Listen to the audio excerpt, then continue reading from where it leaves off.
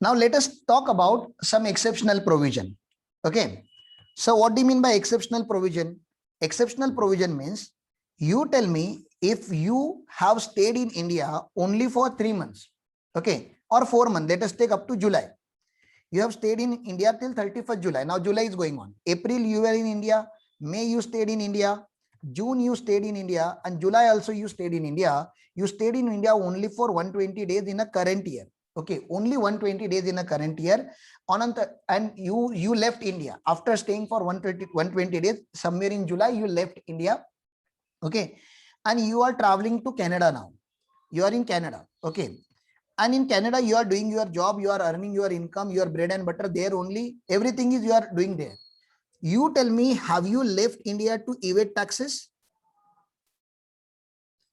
आपको कनाडा में जॉब मिला था, जॉब, आप इंडिया छोड़कर क्या टैक्स इवेजन करने के लिए कनाडा में जॉब पकड़ा है आप लोगों ने, टैक्स इवेजन करने के लिए? नहीं सर। तो you are a genuine assessee ना, मैं आप लोगों को जेन्युइन बोल सकता हूं ना कि जेन्युइनली जॉब करने गया था बेचारा बाहर, बरोबर?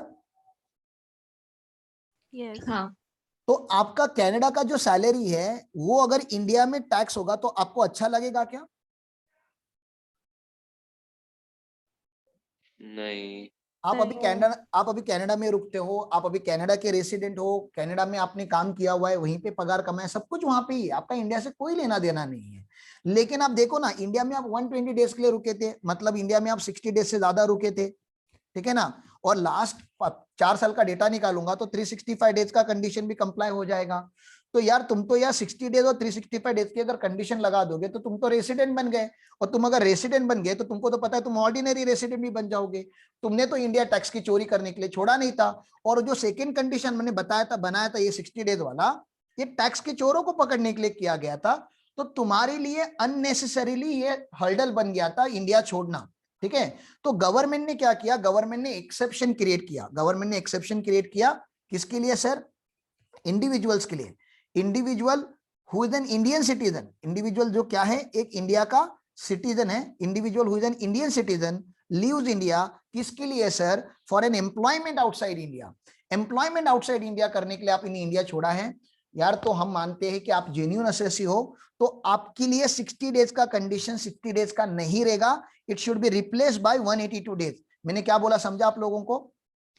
60 डेज का कंडीशन 60 नहीं रहेगा, it has to be replaced by 182 days. मतलब फॉर्मेट में क्या बदल जाएगा? फॉर्मेट में सर यहाँ पे 182 ही रहेगा, हाँ 182 ही रहेगा। यहाँ पे तो 120 डेज आप रुके थे इंडिया में मेरे एग्जांपल में, तो पहला वाला कंडीशन सेटिस्फाई नहीं होता। और सेकेंड वाले कंडीशन में यहाँ पे 60 डेज है नहीं अभी आप लोगों के लिए। यहाँ पे 60 का कितना बन गया? यहाँ पे 60 का 182 हो गया, तो यहाँ पे भी मैंने 120 डेज रखा, तो सेकेंड कंडीशन भी सेटिस्फाई नहीं हो जाएगा। और अगर दोनों कंडीशन सेटिस्फाई नहीं होंगे अगर अभी अमेंडमेंट के हिसाब से, तो आप क्या बन गए जल्दी बताओ? Non resident.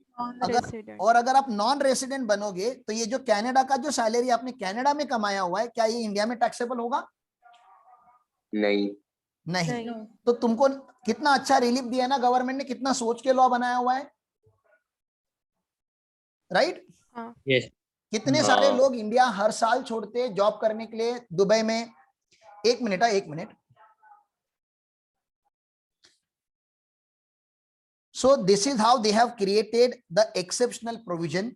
हाँ, अगर आप यहां से, मैं आपको पूछ रहा हूं, अगर आप यहाँ पे इंडिया में अगर आप 200 डेज के लिए रुक के अगर इंडिया छोड़े थे आप, अगर आपने इंडिया में 200 डेज का स्टे किया था, मतलब मोर देन 182 डेज का स्टे किया था, तो भैया आप रेसिडेंट भी बन जाओगे और आप ऑर्डिनरी रेसिडेंट की भी कंडीशन सेटिस्फाई करोगे।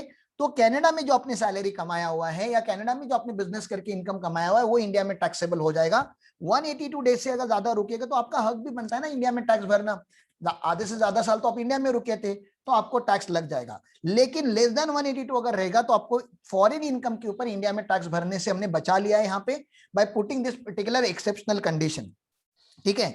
उसी के जैसे आगे और एक कंडीशन है, उन्होंने और एक कंडीशन बनाया हुआ है यहाँ पे, ये देखो, इसके बारे में और डिटेल में बात करेंगे हम, थोड़ा आगे जाएंगे तो। A member of Indian crew on foreign going ship, ठीक है ना? आप एक शिप के क्रू मेंबर हो। शिप मतलब मुझे नहीं पता आपके कांटेक्ट में ऐसा कोई है जो नेवी वगैरह में काम करता है या मर्चेंट नेवी पे काम करता है या फॉरेन गोइंग शिप पे काम करता है।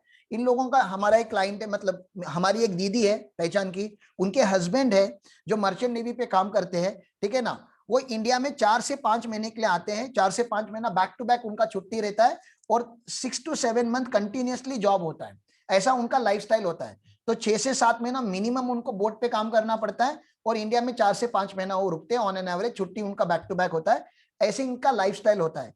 ये बेचारे लोग इंडिया में आना, इंडिया में जाना, बोलो टैक्स का इविजन करने के लिए कर रहे हैं क्या ये लोग जो शिप पे काम करते हैं, वेसल्स पे काम करते हैं?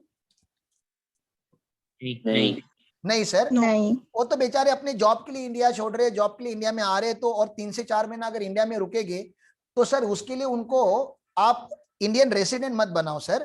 तो यहाँ पे भी 60 डेज का 182 डेज हो जाता है, इसमें थोड़ा एक कंप्यूटेशनल मैकेनिज्म चेंज होता है, मैं आगे जाके आपको पढ़ाऊंगा, ठीक है।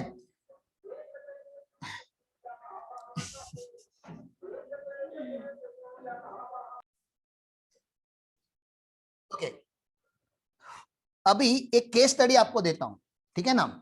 इमेजिन करो कि आपके ग्रैंडफादर जो थे ना वो इंडिया में बॉर्न हुए थे, ग्रैंडफादर, और ग्रैंडफादर ने ना अपॉर्चुनिटी मिली उनको दुबई में, और ग्रैंडफादर चले गए दुबई में बिजनेस करने के लिए।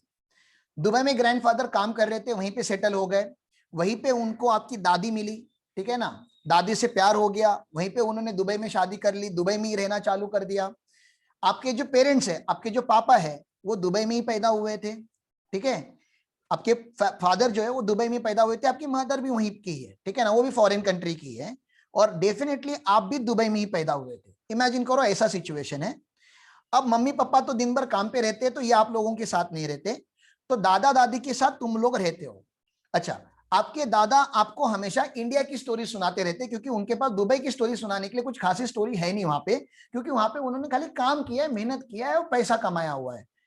जो उन्होंने लाइफ जी थी वो इंडिया में जी थी। सर इंडिया में कौन सी लाइफ, अगर मैं मुंबई लाइफ कंपेयर करूं तो दादाजी आपको बताएंगे, पता है आपको मुंबई में हम चालू ट्रेन में चढ़ते हैं, स्पाइडरमैन मूवी तुमने देखा है, हम लोग ने खेला है स्पाइडरमैन, स्पाइडरमैन हमारी मुंबई में चालू ट्रेन में लोग जंप करते हैं, क्योंकि ट्रेन रुकने के बाद ना ही आपको अंदर आने देता है ना अंदर बाहर जाने देते हैं।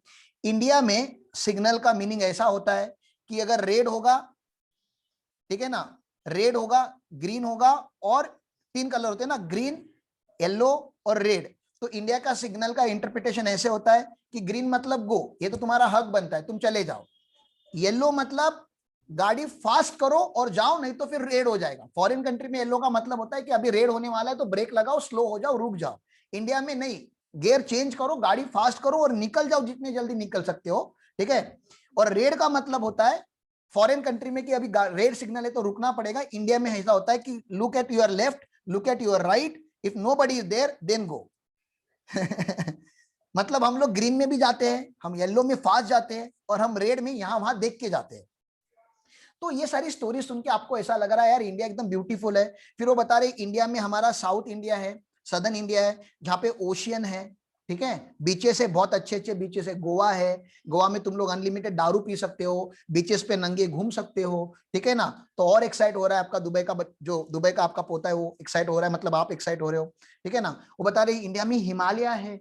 अब हिमालय करके दुबई के लोगों को नहीं पता कुछ क्या होता है हिमालय मतलब, क्योंकि हिमालय मतलब स्नो गिरता है, बहुत ठंडी होती है, माउंटेन्स होते हैं, रिवर्स होती है, वो नहीं पता।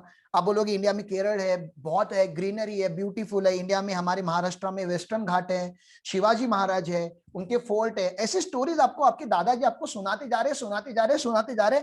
आपको नहीं लग रहा एक ना एक दिन तो आपको ऐसे मन में आएगा कि उठा बैग और चल इंडिया में देखने के लिए? आएगा कि नहीं, जल्दी बोलो। आएगा। आएगा सर। तो तुम इंडिया में आओगे तो गवर्नमेंट ऑफ इंडिया को आप लोगों को वेलकम करना चाहिए, मतलब एनकरेज करना चाहिए आपको इंडिया में आने से, कि डिस्करेज करना चाहिए? मुझे ये पूछना है आप लोगों को, गवर्नमेंट ऑफ इंडिया क्या करेगा आपके साथ? सर एनकरेज करेगा। अरे भाई आप इंडियन खून हो, इंडियन खून मतलब, सर इंडियन खून मतलब आप इंडियन सिटीजन नहीं हो, अभी आप दुबई के सिटीजन हो, लेकिन आप PIO हो। सर PIO का मतलब क्या होता है? PIO का मतलब होता है या तो आप असेसी, या तो आपकी पेरेंट्स, या तो आपकी ग्रैंड पेरेंट्स, खाली 3 लेयरा, या तो असेसी, पेरेंट्स या grandparents were born in undivided India. आप अनडिवाइडेड इंडिया में पैदा हुए थे तो आपको PIO बोला जाता है, पर्सन ऑफ इंडियन ओरिजिन बोलते हैं हम इसको। Person of Indian origin. Recently Sunny Leone या आंटी बहुत फेमस हो गई थी इस वर्ड के लेके, ठीक है ना। जब वो इंडिया में आ रही थी तो बहुत सारी इंडिया की जो सोशल एक्टिविस्ट है वो उसको इंडिया में आने नहीं दे रहे थे, ये बोल के कि अरे रे वो पॉर्न स्टार है, उसको इंडिया में नहीं लेना चाहिए, हमारी इंडिया का कल्चर खराब होगा। जैसे कि अभी बहुत अच्छा कल्चर बना के रखा है ये लोग ने, ठीक है ना। अपने घर पे 12-12 बच्चे पैदा करके रखे और इनको उनको लगता है कि वो जो सनी लियोन आंटी करती है वो गलत करती है। सबका अपना अपना बिजनेस है, अपना अपना प्रोफेशन है। तो उसने प्रूव किया था कि she is an Indian origin, she is not a foreign citizen, she is an Indian origin. शायद वो पंजाब या हरियाणा की किधर की तो है, उनका प्रोफाइल आप पढ़ोगे तो आपको समझ में आ जाएगा। So this was the word, इस वर्ड के ऊपर उनको इंडियन सिटीजनशिप मिला गया था। She deserves to be in India, तो इसलिए वो अभी इंडिया में सेटल है या इंडिया में वो आई थी, ठीक है। तो ये कुछ बातें होती है। पीआईओ का मतलब होता है कि असेसी, पेरेंट्स या ग्रैंड पेरेंट जो है आपके इंडिया में बॉर्न हुए थे, तो यू आर इंडियन सिटीजन और Indian person of Indian origin. आप खुद पैदा हुए तो आप खुद ही इंडियन सिटीजन हो, और आप पैदा नहीं हुए थे, आपके पापा या आपके ग्रैंड पेरेंट्स इंडिया में पैदा हुए थे अनडिवाइडेड इंडिया में, तो आपको Indian person of Indian origin माना जाता है। और आपको ये बेनिफिट दिया जाएगा। कौन सा benefit sir? Benefit of replacing 60 days with 182 days. 60 days का 182 डेज किया जाता है। अगर आप कौन हो? अगर आप इंडियन सिटीजन हो या तो आप पर्सन ऑफ इंडियन ओरिजिन हो और आप इंडिया में आए हो टू विजिट। सर इससे गवर्नमेंट ऑफ इंडिया का क्या फायदा होगा?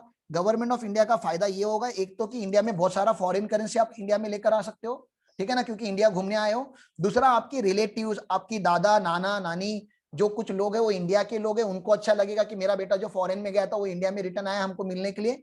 और गवर्नमेंट ऑफ इंडिया को अच्छा लगता है कि अल्टीमेटली यार तुम्हारे अंदर इंडिया का कुछ ना कुछ है, तो आपको ये बेनिफिट देना चाहिए। 60 डेज आपका रिप्लेस कर देना चाहिए 182 days, so that you will have enough days to come and visit India every time. हाँ, लेकिन आप इंडिया में विजिट करने आनी चाहिए, इंडिया में बिजनेस करने नहीं आए हो, इंडिया में आप सेटल होने नहीं आए हो। सेटल होने आओगे तो ये वाला बेनिफिट नहीं मिलेगा आपको, जो कंसेशनल नंबर ऑफ डेज है, जो हम 60 को 182 करते हैं वो आपको बेनिफिट नहीं मिलेंगे।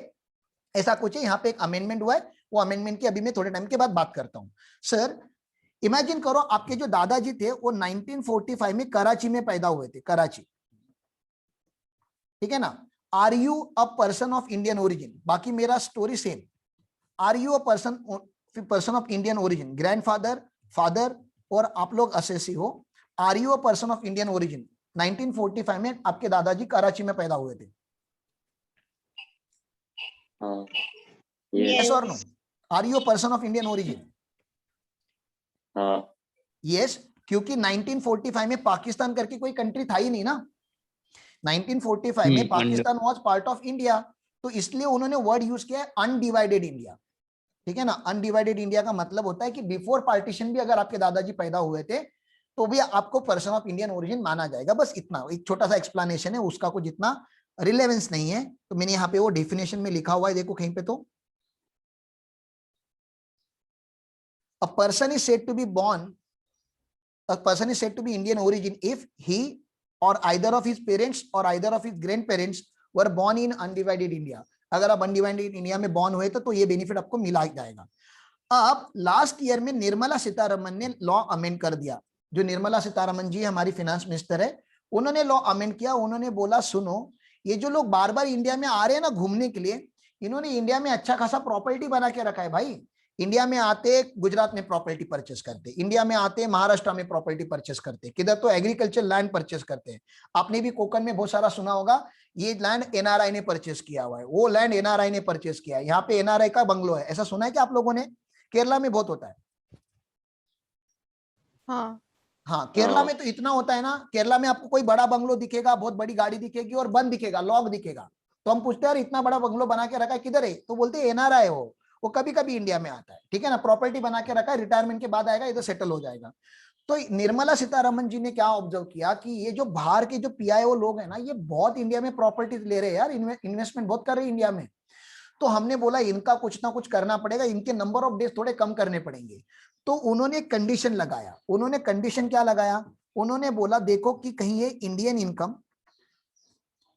इनकम प्लस फॉरेन इनकम जिसका बिजनेस कंट्रोल्ड फ्रॉम इंडिया है। तो ये दो टाइप के income, Indian income plus foreign income जिसका बिजनेस कंट्रोल फ्रॉम इंडिया है, अगर ये मोर देन 15 लाख है क्या, पहले तो ये चेक करो, ये कंडीशन चेक करो कि Indian income plus foreign income जिसका बिजनेस कंट्रोल फ्रॉम इंडिया है, क्या वो 15 लाख से ज्यादा है, ये चेक करो। अगर इसका आंसर यस है, इसका आंसर यस है, तो इनके नंबर ऑफ डेज कम कर दो, इनको रेसिडेंट बनाने का ट्राई करते हैं, क्योंकि इसके ऊपर टैक्स लेने का हमारा मन कर रहा है, इनको टैक्स करने का हमारा मन कर रहा है बहुत ज्यादा।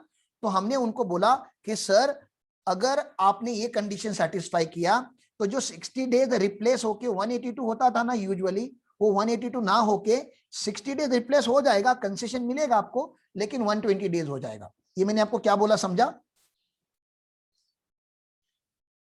हाँ। ये देखो, total income, total income excluding pure foreign income, total income excluding pure foreign income अगर less than equal to 15 lakh है तो आपका 180 डेज का कंडीशन जो पहले भी था अभी भी है वो लगते रहेगा। अमेंडमेंट इस साइड हुआ है, अगर आपका total income excluding pure foreign income 15 lakh से ज्यादा है तो 60 डेज को रिप्लेस किया जाएगा 182 डेज से। ये क्यों किया गया, उसके पीछे बहुत बड़ा लॉजिक है। गवर्नमेंट ऑफ इंडिया को ये वाला इनकम टैक्स करना था, foreign income office business control from India, ये वाला टैक्स करना था।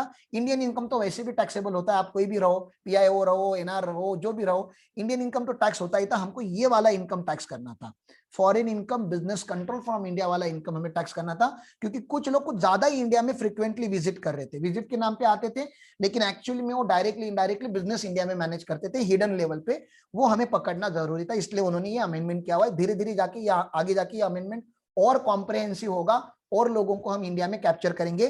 टारगेट क्या है यहाँ पे, हो क्या रहा है, यहाँ पे इंडिया का टैक्स बेस बढ़ाने का टारगेट है। ये करके हम क्या कर रहे हैं, इंडिया का टैक्स बेस बढ़ा रहे। बोलो ये करना जरूरी है ना? अभी इंडिया को लूटा है फॉरेनर लोगों ने, ये करना जरूरी है ना? अभी इंडिया में इंडिया का टैक्स बेस बढ़ाना जरूरी है ना? यस। यस। तो रेसिडेंशियल स्टेटस में जो भी अमेंडमेंट हुए ना वो टैक्स बेस बढ़ाने के लिए हुए कि ज्यादा से ज्यादा लोग टैक्स के ब्रैकेट में पकड़े जाए, उनका ज्यादा से ज्यादा इनकम इंडिया में टैक्स हो जाए, क्योंकि इंडिया को हमें भी डेवलप्ड कंट्री बनाना है। टाइम आ चुका है कि इंडिया 5 ट्रिलियन इकोनॉमी बनेगा और वो तुम्हारे और मेरे कंट्रीब्यूशन के बिना नहीं बन पाएगा। तो हमें हर घर में से एक बंदा आगे आना चाहिए जो बोलना चाहिए कि हम, मैं भी बिजनेस करेगा, मैं जीडीपी में कंट्रीब्यूट करेगा। And I feel proud that I am a part of GDP now, I am a proudful tax payer, जहां पे जीएसटी में भरता हूं। तो अच्छा लगता है टैक्स भरने के लिए, जब आप अच्छे लेवल पे जाते हो तो टैक्स भरना कोई पाप नहीं लगता, कुछ ऐसा गलत नहीं लगता। When you make money, when you earn money, you have to pay taxes. तो ये बात हम यहाँ पे एनआर लोगों को भी बता रहे कि आप इंडिया में आते हो, इंडिया में 15 लाख से ज्यादा कमा रहे हो, तो आपका 182 डेज का 120 डेज कर देंगे, आपको रेसिडेंट या नॉन ऑर्डिनरी रेसिडेंट बना देंगे, ताकि आपका ये वाला इनकम जो इंडिया में टैक्स हो जाए। ओके, एक क्वेश्चन हम लोग फटाक से एड्रेस कर लेते हैं, मेरा टाइम खत्म हो गया, लेकिन एक क्वेश्चन तो मिनिमम करके जाते हैं फटाफट। देखो ये मैं क्वेश्चन सीए इंटर के मॉडल में से ले रहा हूं, पेज नंबर मॉडल का पेज नंबर जो है वो है कुछ 2.10, लेकिन ठीक है काम का नहीं है, तुम लोग यहां से ही पढ़ लो। Mister B a Canadian citizen, mister B a Canadian citizen, ये इंडियन सिटीजन नहीं है, ये फॉरेन सिटीजन है। Comes to India for the first time, जिंदगी में पहली बार इंडिया में आए थे 16-17 में। During the financial year 16-17, 17-18, 18-19, 19-20, 20-21, he was in India for 55 days, 60 days, 90 days, 150 days, 70 days, respectively. Determine his residential status for AY 21-22. चलो फटाफट चालू करते हैं, लिखो मेरे साथ, लिखो, आप लोग भी लिखोगे, लिखे, क्योंकि थोड़ा प्रैक्टिस करना है हम लोगों को, क्योंकि खाली बोलते जाऊंगा तो आप सुन तो लोगे लेकिन याद नहीं रहेगा, ठीक है ना? तो मैं आपको पढ़ा रहा हूं इलस्ट्रेशन 3 पेज नंबर 2.0 से, ठीक है? असेसी, हमारा फॉर्मेट क्या है? असेसी। हम यहां पे लिखते हैं मिस्टर बी, लीगल स्टेटस हम लिखेंगे इंडिविजुअल, रेसिडेंशियल स्टेटस भैया वही तो निकालना है, तो dash, AY 21-22, PY 20-21 pan dash. हमें क्या करने बोला है क्वेश्चन ने? हमें क्वेश्चन ने बोला है डिटरमाइन करो, तो हम लोग भी वही लिखेंगे, डिटरमिनेशन ऑफ रेसिडेंशियल स्टेटस।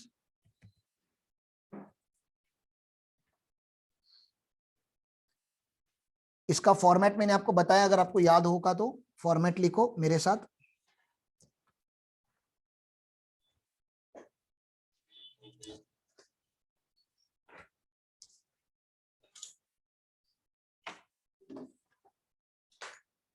यहां पे हम लिखते हैं कंडीशंस, यहाँ पे हम लिखते हैं number of days stayed in India, और यहाँ पे हम लिखते हैं रिमार्क। रोमन 1 में हम लिखेंगे basic condition,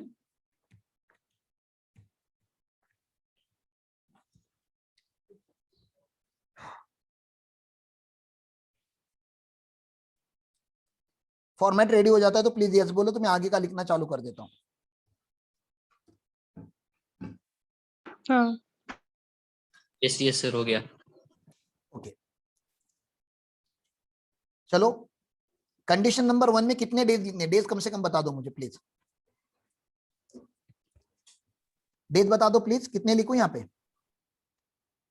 182 days stay of 182 days और मोर इन इंडिया ड्यूरिंग, कौन से साल में ये चेक किया जाता है?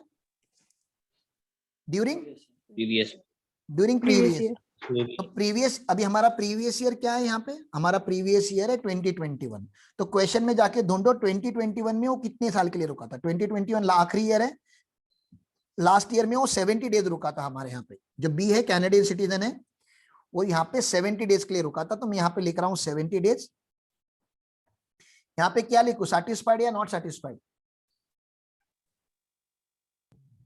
Not satisfied. नॉट सैटिस्फाइड, ठीक है। तो क्या इनको मैं नॉन रेसिडेंट डिक्लेयर कर दूं यहाँ पे? नहीं, नॉन रेसिडेंट डिक्लेयर नहीं कर सकता मैं, मुझे और कंडीशन लिखनी पड़ेगी। और कंडीशन में सेकंड कंडीशन का ए लिखना पड़ेगा। सेकंड कंडीशन के ए में कितने डेज आते हैं? डेज बताओ मुझे प्लीज, डे बताओ। ये कैनेडियन सिटीजन है, कितने दिन लिखोगे आप? 60 डेज और सर वो एक्सेप्शनल जो आपने बात किया था वो 182 वगैरह 120, बाबा ये सब कुछ इंडियन सिटीजन या पर्सन ऑफ इंडियन ओरिजिन को अप्लाई होता है। ये जो एक्सेप्शनल में पढ़ा था ये फॉरेन सिटीजन को अप्लाई नहीं होता। Is it clear? यस। हाँ, और ये तो कैनेडियन सिटीजन है ना, तो उसके लिए ज्यादा सोचना ही नहीं है। कैनेडियन सिटीजन है तो खत्म हो गया। कैनेडियन सिटीजन है तो हमारा कितना आना चाहिए यहाँ पे? स्टे ऑफ 60 डेज और मोर in India during yes financial during कितना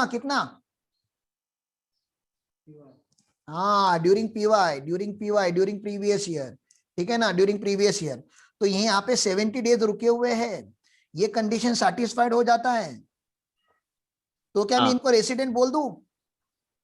और एक कंडीशन है ना, एंड। हाँ, पार्ट बी कंडीशन है सर, एंड कंडीशन लिखना जरूरी है अभी। पार्ट बी में कितना दिन लिखूं? बोलो, तुम लोग बोलो कितना दिन लिखूं? Stay of 365 days in 365 days, yes, or more in India, stay of 365 days or more in India during 4 years, 4 previous 4 years immediately preceding the PY, preceding the previous year, ठीक है ना। प्रीवियस ईयर छोड़ के उसके पहले वाले 4 साल। तो पहले वाले 4 साल का डेटा कंप्यूट करके आते हैं हम लोग। यहाँ पे मैंने ब्रैकेट ओपन कर दिया, आपका लिख के हो गया तो बोलो।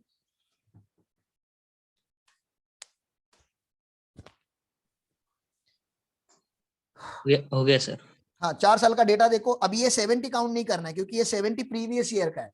प्रीसीडिंग 4 इयर्स देखना है ना, तो प्रीसीडिंग 4 इयर्स देखेंगे तो ये वाला डेटा हमें देखना है, ठीक है ना।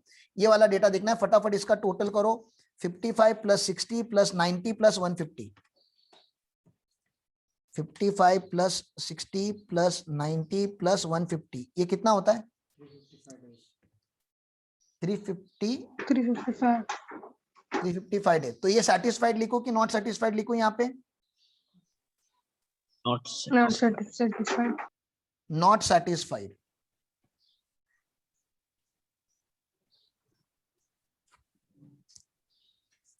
अब मुझे बताओ, ये जो बी है, जो कैनेडियन सिटीजन है, इन्होंने मेरा कंडीशन 1 भी सेटिस्फाई नहीं किया, कंडीशन 1 भी सेटिस्फाई नहीं किया और कंडीशन 2 भी सेटिस्फाई नहीं किया, तो इनका स्टेटस क्या बन जाएगा? अभी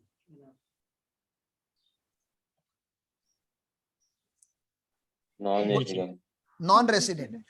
तो मैं एडिशनल कंडीशन लिखूं क्या, मैं ये पूछ रहा हूं आप लोगों से। वो जो एडिशनल कंडीशन है ना 730 डेज आउट ऑफ 7 years या 2 years of resident out of 10 years, ये लिखना जरूरी है क्या अभी यहाँ पे? नहीं नहीं सर, ये तो तभी लिखते हैं हम जब असेसी रेसिडेंट बनेगा तो और एनओआर चेक करेंगे ना। तो अभी यहाँ पे कंक्लूड कर देंगे हम, क्या करेंगे, कंक्लूड कर देंगे। कंक्लूजन, कंक्लूजन में लिखो mister B a Canadian citizen, comma is a non-resident assessee for the AY 21-22। ये कंक्लूजन हो गया। और अगर ये 4 मार्क का क्वेश्चन है तो आपको 3 से ज्यादा तो मिल ही जाएंगे, 3 तो मिलना ही है। अगर आप ऐसा लिखोगे तो प्रॉपर प्रेजेंट करोगे, टेबल प्रॉपर होगा, सब कुछ ठीक से लिखोगे तो आपको 3.5, अगर अच्छा टीचर होगा तो 4 भी दे सकता है। क्लियर है? हाँ सर clear है। Okay okay. अभी तक मैंने जितना बोला, अगर उसमें आपको पर्टिकुलर कोई डाउट है तो पूछो।